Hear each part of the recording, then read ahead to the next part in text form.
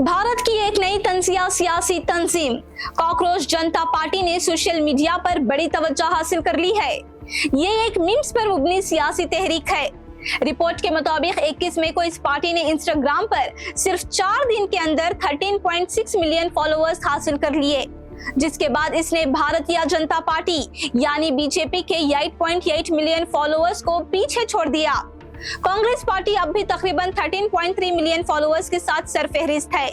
इस कामयाबी पर पार्टी ने कहा कि नौजवानों को कभी कमजोर नहीं समझना चाहिए।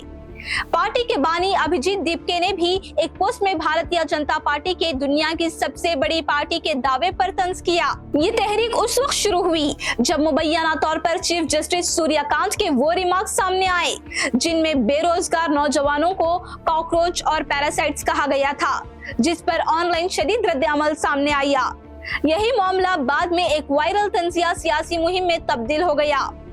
कॉकरोच जनता पार्टी खुद को सुस्त और बेरोजगार अफराद की आवाज के तौर पर पेश करती है।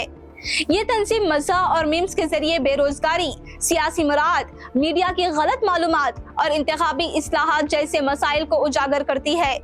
इसके ऑनलाइन मंशूर में मुतालिबात शामिल हैं, जैसे दुरुस्त वोटों के हज़्फ होने के खिलाफ कार्रवाई, मुनहरिफ अराकीन पार्लियामेंट पर इलेक्शन लड़ने की पाबंदी, खवातीन की ज्यादा नुमाइंदगी और रिटायरमेंट के बाद चीफ जस्टिस को राज्यसभा में ओहदे देने का खातिमा। ये तहरीक नौजवान सोशल मीडिया सारिफीन में तेजी से मकबूल हो रही है। यहाँ तक के महुआ मोइत्रा और कीर्ति आजाद जैसे रहनुमाओं ने भी इस मुहिम के साथ ऑनलाइन राब्ता किया।